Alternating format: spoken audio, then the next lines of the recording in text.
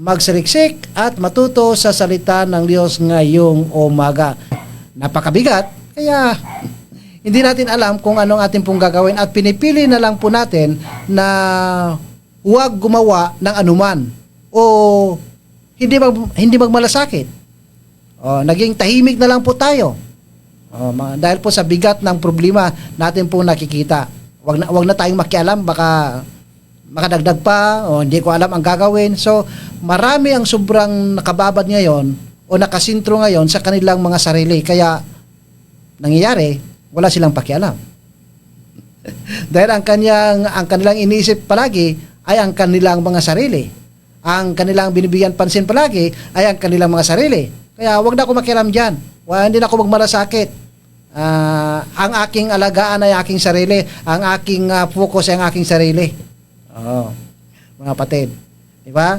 So marami pong ganyan ngayon sa ating pong panahon. Kasi patuloy pa rin po tayo mga kapatid na magpabahagi ng mga content dito po sa social media na nakakatulong po. Mayroon pong value, lalong-lalo na sa ating pong spiritual na aspeto, mga kapatid. So para mabawas-bawasan naman yung mga content na walang kabuluhan. Ang dami na ngayong lumalabas dito sa social media na hindi na karapat-dapat. Kaya para matabunan yon, wag po kayong maging silent believer sa social media kasi napakaingay pang social media. Kaya minsan natatabunan po yung liwanag sa kadiliman. Dahil sa hindi po tayo nakikialam. Wala tayong pakialam. Di ba ito yung ating pong pinag-uusapan ngayon, yung apathy. Wala tayong pakialam, wala tayong interest kung ano man ang mag-viral dyan. Kahit ang mag-viral dyan sa social media ay yung kabastusan na, sorry for the word, pero yun po talaga ang katotohanan, yung walang kwenta, yung hindi dapat makita, hindi dapat napapanood ng mga bata, yung hindi dapat na lumalabas, iyon na po ang nagpa-viral. Pero minsan tayo, wala tayong pakialam. May mga content na nakakabawa sana sa kadiliman sa social media, dahil wala tayong pakialam, manood lang ako, hindi ako mag-share. Kaya ako po'y palagi nagikaya sa inyo na i-share para makatulong po tayo. Kasi andito na po tayo sa panahon ng social media o technology. So i-grab po natin yon. Wala namang pong bayad yung pang-share. Nakakatulong pa tayo sa ating mga kaibigan sa Facebook na makita yung katotohanan, na maliwanagan po sila kung ano po yung dapat. Di ba? Kaysa wala tayong pakialam. Nagiging apathetic po tayo. Wala tayong pakialam. So yan. Challenge po yan sa bawat isa sa atin. Mapatid, may palagana po ang liwanag sa mundong ating kinaroroonan, sa ating paligid, or sa social media, kung saan andun po tayo, mga kapatid. Sana'y magliwanag po yung ating po mga account, mga kapatid, dyan po sa social media. So ay mainit na painit ng panahon, pero ngayon ay ramdam natin yung lamig ng ating panahon. Di ba? Malamig. Pero maganda naman, pero ingat lang kasi kapag malamig ang panahon, mga kapatid, ay dyan po maraming pumapasok na sakit. Mga kapatid. Gaya po nating spiritual na buhay. Kapag malamig po tayo sa ating spiritual na buhay, yun ang ayaw ng Panginoon. Lukewarm. At yun ay walang pakialam. Lukewarm. So, dami tayong mai-relate dito mga kapatid. Atin pong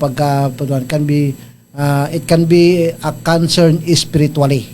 Mga kapatid. It can be a concern, it is a serious concern, mga kapatid. Itong walang pakialam. Pakialam sa ibang parte ng ating katawan, ang apektado po ay ang buong katawan. Kaya po, inantulad po ng ating Diyos ang iglesia sa katawan. Kasi ang bawat parte ng ating katawan ay mayroon pong particular na katungkulan. At kung hindi po niya gagawin ang kanyang katungkulan bilang parte ng katawan na yan, hindi lamang po siya ang apektado, buong katawan po manghihina. Palagi ko pong ginagawang halimbawa ang aking sarili ngayon, ang aking katawan. Ang lower extremities ko po ay walang function.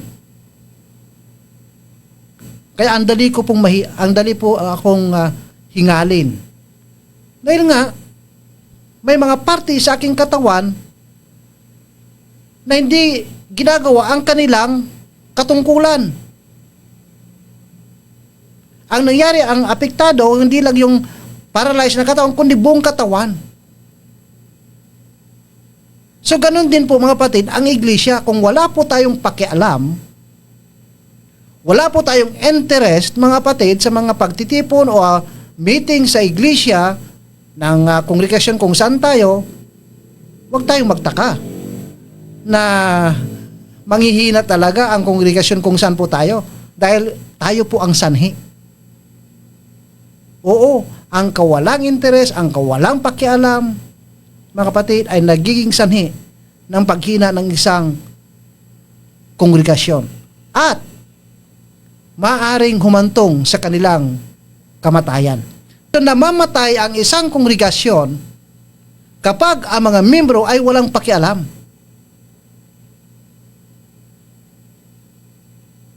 Huwag mong sabihin nga, ako lang Mang Brad ang walang pakialam, maliit lamang na bagay na ako lang. Kahit ikaw lang mag-isa, kung wala kang pakialam, nagiging sanhi yan ng paghina ng isang katawan, ng isang kongregasyon, ng isang iglesia. Ang iglesia ng ating Panginoon. Ang apektado po dito ay ang katawan ng ating Panginoon, ang iglesia po ng ating Panginoon, at maaaring humantong sa isang kongregasyon na mawala. True po, nakakalungkot, hindi concern sa pag-unlad ng church, yes. Ito talaga yung challenge sa atin. Problema. Tingnan niyo po ang mga denominations, kung gaano po sila kasigla, kasiggasig. Nakikialam sila sa lahat po ng gawain. Kung ang pastor sabi nila, suportahan natin ito, itong ministry na ito, wala pong pagdududa. Pero kawalang interes o kawalang pakialam, ay nagiging sanhi ng mga problema o pang hindi maalis o hindi matugunan.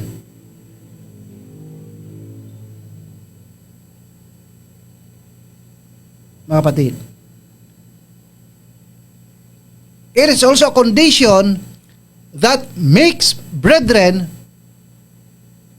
vulnerable to wolves. Mga kapatid, ito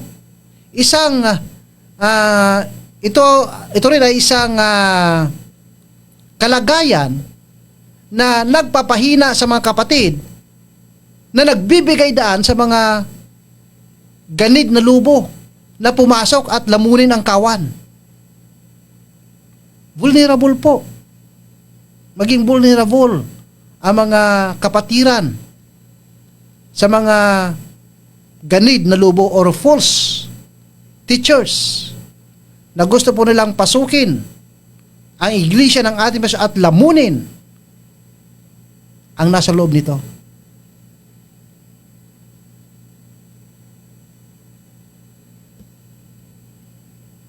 Tama po yung sinabi ng ating kapatid na ang pinaka maganda, yung kahit yung mga leaders ay walang pakialam. Di ba, mga kapatid? Ano po yung masasabi, mga kapatid? I-correct niyo po ako kung mali po ako ang aking observation. I'm willing to be corrected po kung mali po ako. Lack of discipline. Yan po talaga ang kulang sa lack of discipline. Hindi nga makapagdisiplina sa mga kapatiran na gumagawa ng nagiging dahilan na ang iglesia ng ating Panginoon ay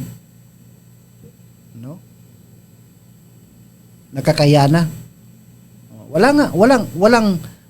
Walang will na magdisiplina. Walang pakialam. May kapatiran dyan na gumagawa ng mga hindi kaya-aya, walang pakialam. Pabayaan lang. Bilang po mga magkakapatid, bilang mga kapatid, tiyak na hindi po tayo ligtas mula rito. Diba? Hindi po tayo ligtas dito mga kapatid, bilang mga magkapatid.